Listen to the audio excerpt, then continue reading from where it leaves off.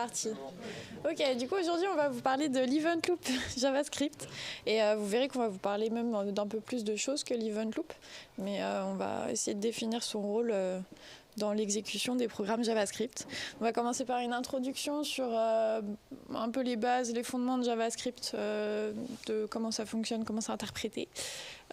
Ensuite, on va passer sur les différents composants de son environnement d'exécution. Et enfin, on va faire un petit focus sur les promesses et les traitements asynchrones des promesses, comment ils sont exécutés. Déjà, pour revenir aux bases, JavaScript, c'est un langage qui est monothread et non bloquant, parfois. Donc monothread, c'est-à-dire qu'il s'exécute sur un unique thread, donc il peut faire qu'une seule chose à la fois. Et ça se traduit par le fait qu'il n'ait qu'une seule pile d'appels. On va y revenir après.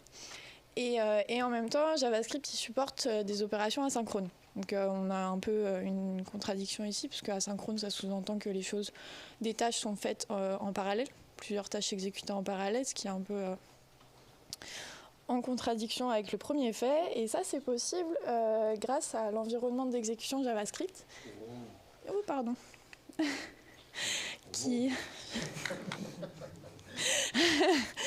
qui est composé de ces différents éléments-là.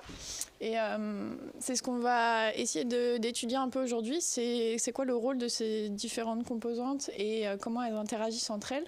Et en fait, vous pouvez voir que l'event loop, c'est un de ces composants. Et donc, c'est juste une petite brique dans cet environnement d'exécution qui va nous permettre de faire, entre autres, des traitements asynchrones. Mais on va y revenir plus tard. Donc déjà pour commencer, donc l'environnement d'exécution, vous avez vu le composant principal entre guillemets, c'est ce JavaScript Engine qui est composé de la memory heap. Donc memory heap, on sait tous à peu près c'est quoi, gestion de la mémoire, allocation des variables, garbage collector, etc. Et de cette fameuse pile d'appels dont je vous parlais au début, qui va gérer l'exécution des tâches. En fait, elle gère l'ordre d'exécution des tâches d'un programme JavaScript. Et cette pile, c'est une pile, c'est dit dans le nom, donc c'est-à-dire qu'elle empile les appels et le premier de la pile est traité en premier et la première chose qui est rentrée dans la pile est traitée en dernier. Donc dès qu'une fonction en JS est invoquée, on crée une entrée dans cette pile-là. Et puis elles vont s'empiler ensuite parce que une fonction peut appeler d'autres fonctions. Donc toutes les entrées sont empilées et puis dès qu'une fonction retourne, l'entrée est supprimée, etc. jusqu'à ce que la fonction principale soit terminée. On vous a trouvé sur internet des petites... Est-ce que ça marche ? Des petites vidéos qu'on trouvait assez parlantes. Du coup, on vous les a mises là. C'est assez visuel pour les gens qui aiment bien apprendre visuellement. Donc, c'est à peu près ce que je vous ai expliqué là. On a l'interpréteur qui va passer ligne par ligne sur notre programme. Désolée, c'est en noir. J'espère que vous voyez bien. Qui va passer ligne par ligne sur le programme. Chaque appel est ajouté dans la pile. Donc, on voit qu'ils vont s'empiler si c'est une fonction qui appelle d'autres fonctions, jusqu'à ce que tout soit vidé, tout simplement. C'est assez logique. Donc en fait, on voit bien que ça marche pas. Si, c'est bon. Donc c'est ce que je vous ai dit au début, JavaScript, il peut vraiment gérer qu'une seule tâche à la fois. Donc si on a une tâche qui prend trop de temps à s'exécuter, la pile, elle est bloquée, le programme, il freeze. C'est un peu problématique, surtout qu'aujourd'hui, on a pas mal de tâches qui peuvent être assez longues à s'exécuter, par exemple des appels réseau ou ce genre de choses. Mais du coup, JavaScript, il a des super, le runtime, il a deux super composantes qui permettent de pallier à ces problèmes-là. Je vais laisser ça bien vous présenter les autres. Du coup, une autre composante du runtime JavaScript sont les API web. Donc, ils sont des ensembles d'interfaces qui permettent d'interagir avec les fonctionnalités du navigateur. Il y a une liste qui n'est pas exhaustive à l'écran avec le setTimeout, l'API fetch, le document object model, donc le DOM qui va permettre de traiter des fichiers HTML. On a le file system, on a aussi, on peut avoir le file storage, etc. Donc toutes les interfaces sont référencées sur le lien de la doc Mozilla. Et donc, comme je l'ai expliqué, ça permet d'avoir une passerelle entre le moteur JavaScript et les fonctionnalités des navigateurs. Donc ça permet d'avoir des informations et des fonctionnalités que n'offre pas JavaScript de base. Mais du coup, on peut se demander quel est le rapport avec les opérations non bloquantes de JavaScript.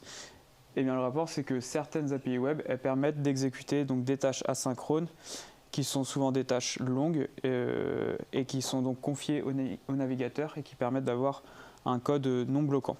Donc, l'exemple parlant avec ce petit GIF, c'est notre tâche asynchrone, elle va être empilée ici dans notre call stack, puis ensuite on va déléguer en passant par la Web API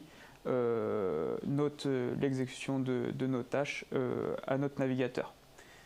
Et ensuite on verra un peu plus tard quel est le mécanisme qui permet de récupérer le résultat que nous renvoie le navigateur pour exécuter notre callback. Ici c'est un console.log. La troisième composante du runtime.js, c'est la task queue. Donc cette task queue, elle contient les callbacks ou les événements des API web qui attendent d'être exécutés. Et pour que ces callbacks ou ces événements ils soient exécutés, il faut que la pile d'appel soit vide. Et donc l'élément qui est en charge de faire respecter ça, c'est l'event loop qui va vérifier en permanence si la pile d'appel est vide. Et si c'est le cas, dans ces cas-là, il va prendre la première tâche dans la file des tâches en attente, donc dans la task queue, pour la pousser dans la pile d'appel et exécuter la callback associée à la tâche en attente. Donc voilà pour la task queue. Pareil, là on a une petite vidéo qui explique en gros un exemple avec une API très connue qui est setTimeout. Donc ici, à chaque fois qu'on va passer le setTimeout, il va être poussé dans la pile d'appel. Et ce qu'il va faire, c'est qu'il va créer un timer via l'API web avec une fonction callback. Et donc c'est le navigateur qui va ensuite être en charge d'avoir un suivi des temporisations pour que, une fois que le timer a expiré, pousser la callback vers la file, la task queue. Donc ici on voit qu'on a créé notre timer. On passe sur le deuxième setTimeout, donc on crée à nouveau notre timer, et puis du coup le setTimeout il peut être dépilé de notre pile d'appel. Donc c'est ce qui est fait là. Ensuite on passe sur notre console.log, donc qui est exécuté. On a notre console qui affiche le message. Et ensuite le navigateur qui fait un suivi des temporisations. Là on a notre délai de 100 millisecondes qui est terminé et notre callback qui va être poussé dans la task queue. C'est ce qui est fait là. Et là, du coup, c'est l'event loop qui rentre en jeu, qui va s'assurer que dans la call stack, il n'y ait pas de tâche et qui va prendre la première tâche de la file d'attente pour la pousser vers notre pile d'appel. Là, on exécute le console.log et après, on effectue la même chose pour le délai de 2 secondes. Donc voilà pour la task queue. C'est pour ça que le timeout... Et oui, d'ailleurs, voilà, c'est pour ça que le timer, donc là par exemple de 2 secondes, qui est associé au timeout, c'est un délai minimal après lequel la callback est poussée, elle est mise dans la task queue, mais pas dans la call stack. Ça veut dire que si notre call stack elle a des tâches en permanence, et le délai d'exécution de notre callback il sera supérieur à 2 secondes. Merci. Voilà pour ça. Et du coup, je propose de faire un petit... checkpoint exercice. Yes, c'est ça. C'est, voilà, d'après vous, que donne l'exécution de... Ouais, est-ce que tu peux zoomer sur... Hop. À votre avis, qu'est-ce qui sera logué là, si on exécute ça? Tout le monde a eu la question en QT. Est-ce qu'il y en a qui pensent que ça va être question assez classique, 1, 2, 3 mais... C'est classique, mais c'est intéressant. Ouais. Il y en a plein qui se posent en vrai sur les QT. Ok, qui pense que ça va être 1, 3, 2 Ok. Qui pense que ça va être, je sais pas, 2, 1, 3. Ok, bon. Hop, on peut tester, mais vous aviez tous bon. Et donc, c'est bien un 3-2. Donc, pourquoi là, on met dans la pile d'appel notre premier console. Donc, on log 1. Ensuite, on passe dans notre pile d'appel, on passe avec le set timeout. Donc là, on crée notre timer via l'API web. Malgré qu'on a un timer de 0, le navigateur nous renvoie directement le résultat. Mais par contre, notre callback, elle va être mise dans la file d'attente des tâches. Et du coup, notre event loop, il va vérifier si notre pile d'appel est vide ou non. Et là, elle n'est pas vide parce qu'entre-temps, on est rentré dans notre dernier console.log. Donc, on va d'abord afficher 3.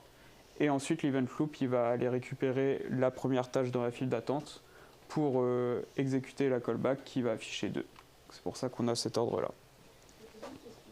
Yes. On avait continué, on avait mis console log après le 3, on avait mis 4, 5, 6, 7, 8, 9, 10, enfin longtemps. Il aurait attendu que tout soit fait. Enfin, Ouais. à un moment, c'est vraiment ce qui est dans le callback qui est en priorité. C'est-à-dire que même Ouais. si c'est très long toute la suite du code, ce qui est en attente, ça va attendre que tout soit fini. Ouais. Non, jamais. Ouais, c'est toujours ce qui est. Enfin, il faut vraiment que la callback, la pile d'appel soit vide pour récupérer une tâche dans la file d'attente. Et pareil, elle est vide, dès qu'il a fini d'exécuter 3, elle est vide. C'était ça ma question. Il y a des moments où elle va être vide, mais il va mettre en priorité. Dès qu'elle est vide, il va récupérer une tâche dans la file d'attente. Mais si par contre là on avait eu d'autres console.log, il les aurait d'abord fait. Ouais. Ok. Clac. Et du coup, la dernière composante de notre runtime.js, c'est la microtask queue. Donc c'est une autre file d'attente qui a été mise en place spécifiquement pour les promesses, les promise handler callbacks, donc avec les .zen, .catch, .finally qui sont souvent utilisés avec l'API fetch, et également pour l'exécution de fonctions asynchrones avec le fameux E5-await que tout le monde connaît. Et du coup, Salomé vous expliquer plus en détail leur fonctionnement. Ouais, on va essayer de faire un petit focus avant sur le fonctionnement des promesses. Merci. Pour que vous compreniez vraiment à quoi elle sert cette file micro-tâche. Du coup, pour ceux qui ne sont pas très familiers avec les promesses, on a deux syntaxes en JS. On a le zen-catch et le async-await. Le zen-catch, l'idée, c'est plutôt de passer un callback pour dire quand cette promesse elle est retournée et ça a fonctionné bien, tu fais ça, et quand il y a eu une erreur, tu fais plutôt ça.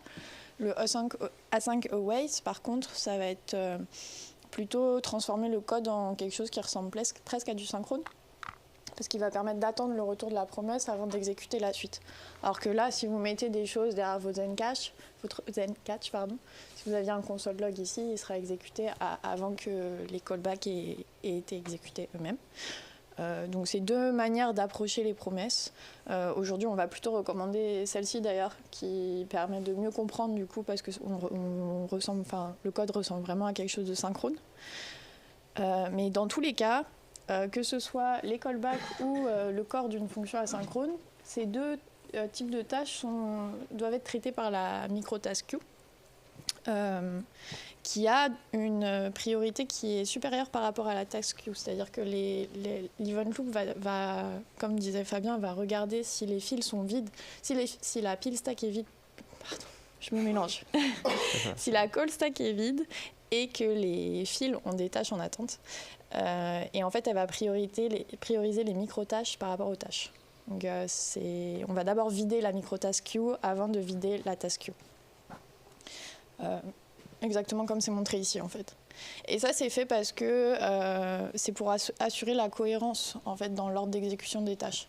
C'est-à-dire que, étant donné que les tâches qui sont ici, elles sont liées à des promesses qui ont été déléguées au Web API et au navigateur, on veut que les callbacks qui sont ensuite retournés soient exécutés le plus vite possible après la tâche principale, après la promesse.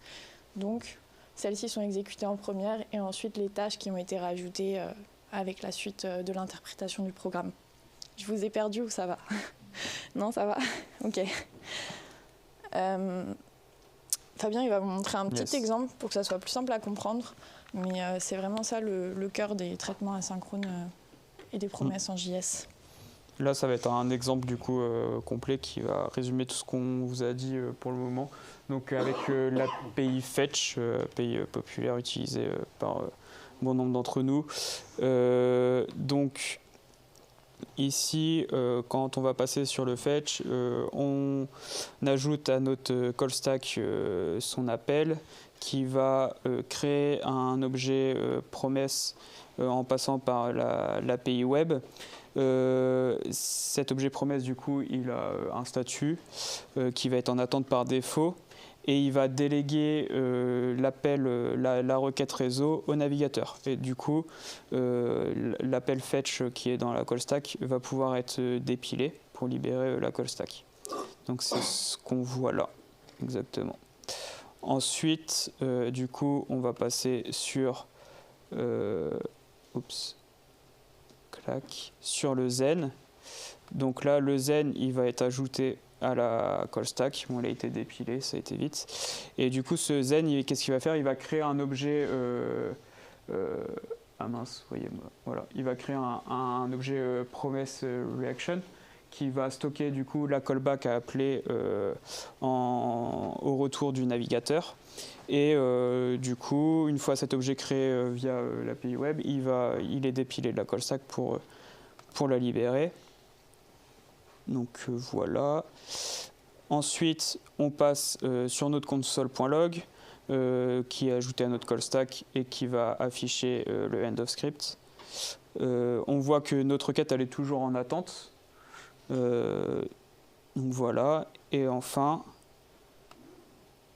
là, on a vu qu'on avait un retour de notre navigateur, que le statut de la requête il a été mis à jour. Et donc, on va stocker l'objet réponse. Et notre callback ici va être mise, elle va être ajoutée à la file d'attente des micro-tâches. Donc voilà, c'est ce qui est fait là.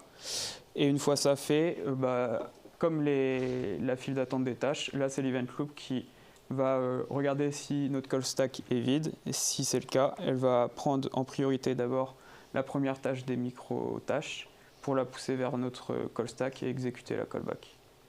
Donc c'est ce qui est fait et on a notre log de la réponse. Donc voilà, et du coup pareil, on a préparé des petits exos. Si c'est ça. Yes, c'est ça. Hein. Ouais, que promise. Le premier, voilà. Donc là, on a d'abord un set timeout avec une callback qui affiche 1. Ensuite, on a une promesse qui est... alors c'est le zoom qui fait... qui est résolu et avec une callback qui affiche 2 et enfin un log de 3. Donc qui pense que ça va afficher 1, 2, 3. Ok, qui pense que ça va afficher, je sais pas, 1, 3, 1, 3, 2. Ok, 2, 1, 3. Ok, 3, 2, 1. Ok, bon, je vais même pas mettre les autres choix. C'est bien 3, 2, 1 du coup. Et donc, comme j'ai expliqué tout à l'heure, la callback ici elle va être mise dans notre file d'attente des tâches. Celle-ci va être mise dans la file d'attente des micro-tâches. Du coup, on affiche notre 3 parce que c'est notre ici notre event loop vérifie si la stack est notre pile d'appel est vide et elle l'est pas, donc on affiche 3. Et après, une fois qu'elle l'est, on va récupérer la première tâche, la première micro-tâche dans la file d'attente des micro-tâches, donc c'est le 2. Et après, la première tâche dans la file d'attente des tâches qui est 1. Donc voilà. Bon, j'espère que... C'était facile. Ouais. Question, si tu mets ton système math à 0, du coup, on a 0 résultat ou pas? Ouais. Oui, c'est vrai que j'ai mis 10 millisecondes, mais 0 ça aurait donné la même chose. J'espère que là, il va y avoir un peu plus de débat sur ça. Est-ce qu'on... Non, on voit pas tout. Hop, ça le fait le zoom là? Vous voyez ou pas? Ouais, on voit. Ouais. Faut réfléchir. Pardon. Ouais, là, faut réfléchir, là. Faut réfléchir un peu. Bah oui, c'était trop facile. Je vais te laisser faire les shows parce que je suis mauvais. Moi, À chaque fois, il non, trouve. Je sais pas, le premier qui a une idée sinon. Et puis,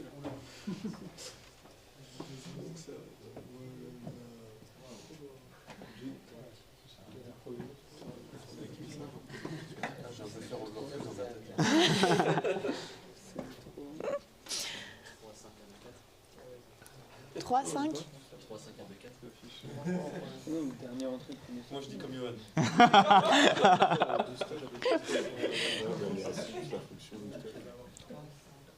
putain, j'avoue, moi c'est pas là.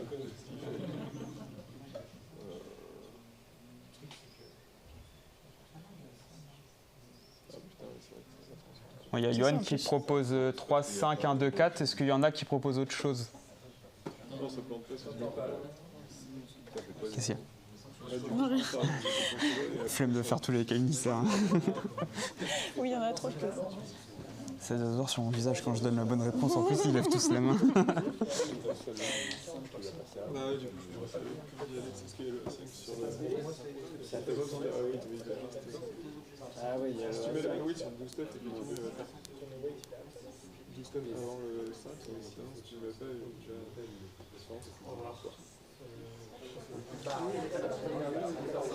Ouais, ça, c'est un partage, ça va... C'est time out, tu vas tout dernier.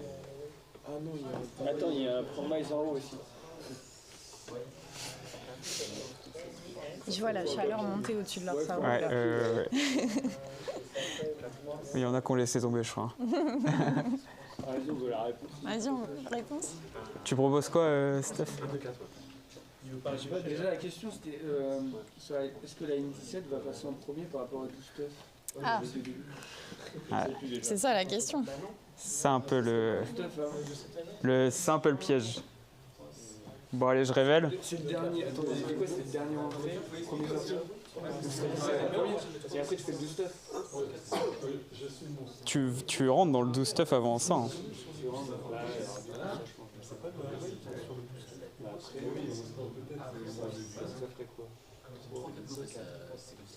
Ça fait 3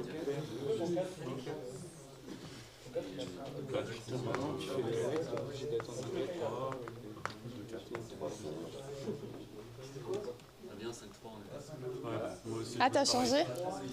Ah, t'as changé? Ah, il a changé. Ah ouais. T'as confiance en Charles. Arrête de les faire attendre. Bon, allez. C'est con, t'avais raison. C'est con, t'avais raison. Et le 4 va apparaître, attention, et voilà. Et t'avais raison. Ah ouais. En fait, il va interpréter... C'est ça. Vous voyez pourquoi ou pas? Vous comprenez pourquoi ou pas? Non? La question c'était plus, est-ce que ça pourrait permettre à la promesse d'être résolue. Le fait que ça passe par une fonction ne change strictement rien aux events ou quoi que ce soit. Je crois pas, non. C'est tout le S. Non, je pense pas. C'est juste que là, en fait, il va... Vas-y, bah. il Salomé va vous pop expliquer, ouais. En fait, le 12 stuff, il rentre dans l'appel à 12 stuff rentre dans la pile. Bah ouais, en fait, c'est pas mal. Ouais, après, c'est Ça fait débat, ça fait débat. un peu chiant. Je trouve le stress du chrono. Franchement, c'est chiant. Il y a l'appel à 12 stuff qui est mis dans la pile. Donc ça, on est OK. Donc, il commence avec son console log 3. Et en fait, après, vu que après tu as du A5 await, tout va être délégué, en fait. Et donc, c'est comme si la fonction retournait. Et donc, la call stack, elle est vidée. Donc, ensuite, il continue avec son 5. Et pendant ce temps-là, lui, il a fait ses await delay, mis tout ça dans sa truc de micro-tâche. Et c'est pour ça, du coup, qu'en fait, il fait le 5. Et ensuite, il dépile sa première micro-tâche, sa deuxième micro-tâche. Non, et c'est... pardon, sa première micro-tâche, Yes. sa tâche de la task queue, Ouais. et ensuite, avec le timeout, la dernière. Pourquoi le 4 il n'est pas avant le 10? Pourquoi il ne pas avant les 10 secondes? Il y a le await. Parce qu'il y a le await sur le délai. Il attend que le délai soit Donc terminé. ça, quoi qu'il arrive, ça, ce sera toujours exécuté après ce délai-là de 5 secondes. En fait, c'est tout ce qu'il met, tout ce qu'il y a après le await qu'il met dans la task queue, c'est ça? Ouais, c'est ça. Ouais. Mais même, Il délègue tout le reste des tâches. même ouais. tout le reste, tout ça, parce qu'il dépile, il dépile. Mais oui, c'est ça après qui sera exécuté, quoi. Vous voyez ou pas du coup? Ouais. Non? Ouais. Bon, on va passer sur le dernier exercice. Normalement, si vous avez compris, ça va être simple. Il est très ressemblant à celui qu'on vient de faire. C'est la même chose presque.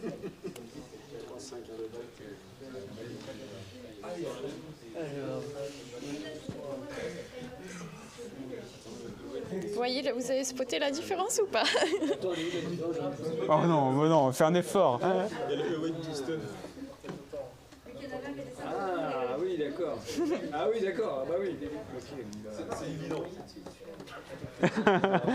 Bah non mais T'as réussi à faire changer d'avis Johan tout à l'heure vous déjà. l'aviez déjà spoté tout à l'heure, vous l'aviez déjà vu tout à l'heure. Ça fait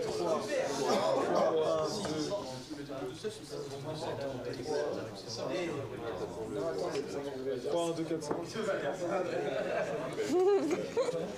Le 3, ce sera toujours le 3, c'est ah non, parce que si on fait le hasard,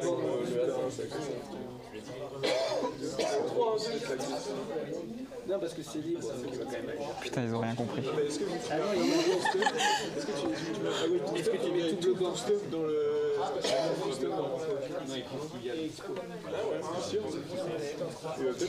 Même Marc-Antoine il est perdu. Mais tu vois pas ce que ça va faire?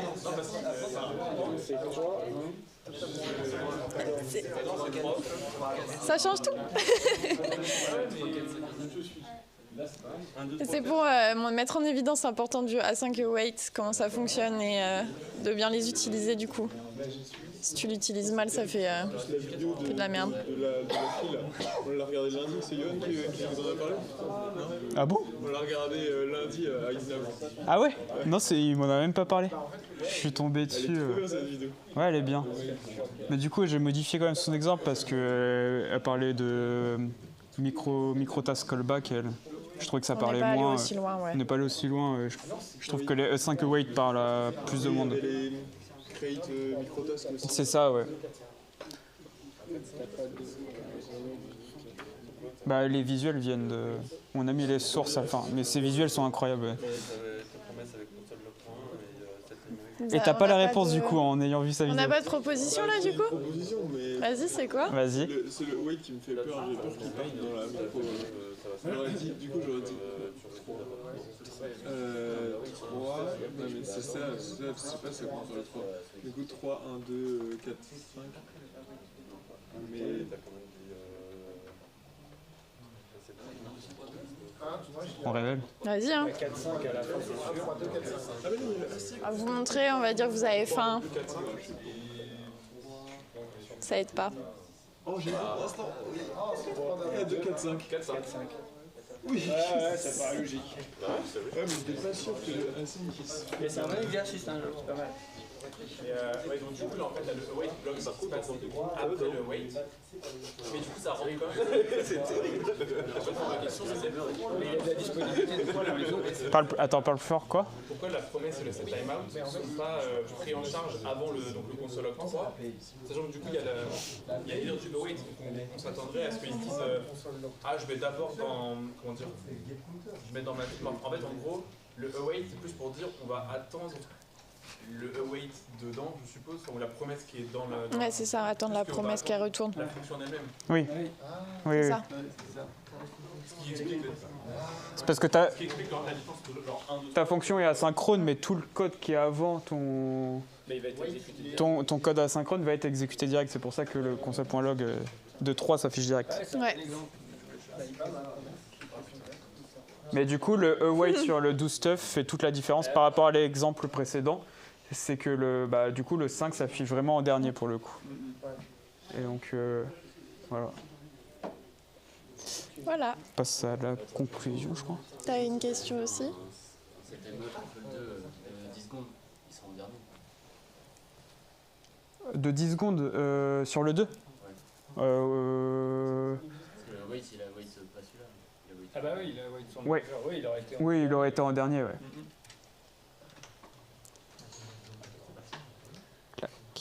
Avant le 5 quand même. De quoi? Bah attends, on peut le faire. Hein. Tu m'as perturbé là. J'ai un doute Attends, sur ce que on tu va as mettre dit. 5 secondes. 5 Clac. secondes, il sera. Oh, c'est le bordel, 5 secondes. Ah oui, pardon, parce que le console log, il est quand Non, même il dans serait- la fonction, il sera en- Pour excusez-moi. moi, il sera en dernier, ouais.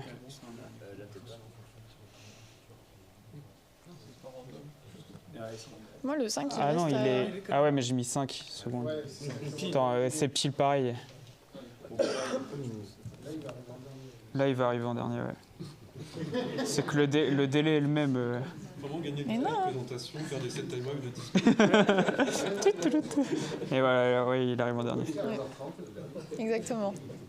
Par contre, le cas où tu mets 5 secondes, là, c'est plus tricky. Ah ouais, là, ouais, du coup... Ouais, c'est chaud, ouais. Est-ce quel moment ça va. C'est ça que des fois, il faut faire attention aussi, parce que des fois, tu as des trucs justement un peu chelous. Ouais. Peut-être plus en détail le web API. Oui. C'est un autre sujet. Mais c'est très représentatif, c'est très parlant. Conclusion. Voilà. Donc ouais, on a à peu près terminé. Je pense qu'on a fait le tour de toutes les composantes du runtime. On a pu définir tous les interactions que ces différents composants ont entre eux. Donc on a vu la pile d'appels qui potentiellement peut appeler des web API, qui va déléguer au browser, qui nous permet donc de faire de l'asynchrone en JavaScript, ce qui est très pratique, malgré que ça tourne sur un unique thread. Et notre fameuse event loop, qui est donc juste une petite brique de tout ça, mais qui est hyper importante, qui va juste vérifier constamment, c'est vraiment une boucle infinie qui vérifie constamment si notre pile est vide et si on a des tâches présentes dans nos deux fils. J'espère que vous avez tout compris.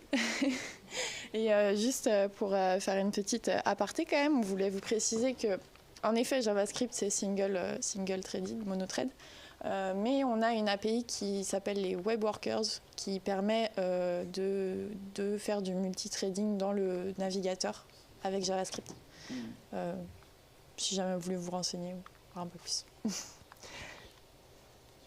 exactement le même fonctionnement dans Node.js, et puis il y a une particularité.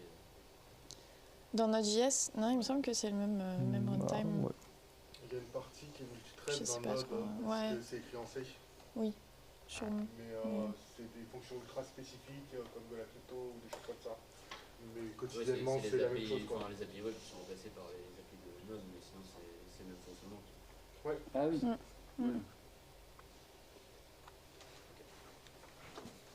On avait autre chose à rajouter. C'est bon, je crois. Ouais, On a là, des du coup, petites sources, ouais. on a mis nos sources pour Soliditech. Voilà. Si vous voulez aller voir.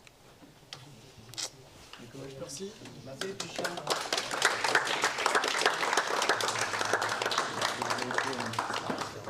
On n'a pas d'autres questions, je crois que c'est bon.